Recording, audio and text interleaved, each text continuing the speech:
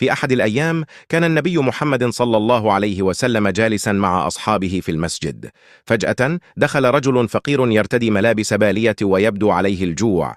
اقترب الرجل من النبي وقال: يا رسول الله، أنا جائع ولا أملك شيئا لأكله. نظر النبي محمد صلى الله عليه وسلم إلى أصحابه وسألهم: من يضيف هذا الرجل الليلة؟ فقام أحد الصحابة وهو أبو هريرة رضي الله عنه وقال: أنا يا رسول الله. أخذ أبو هريرة الرجل الفقير إلى بيته، وعندما وصلوا اكتشف أن لديه طعاما يكفي بالكاد لأطفاله. قرر أبو هريرة أن يطفئ المصباح أثناء تناول الطعام حتى لا يشعر الرجل الفقير بالحرج من قلة الطعام.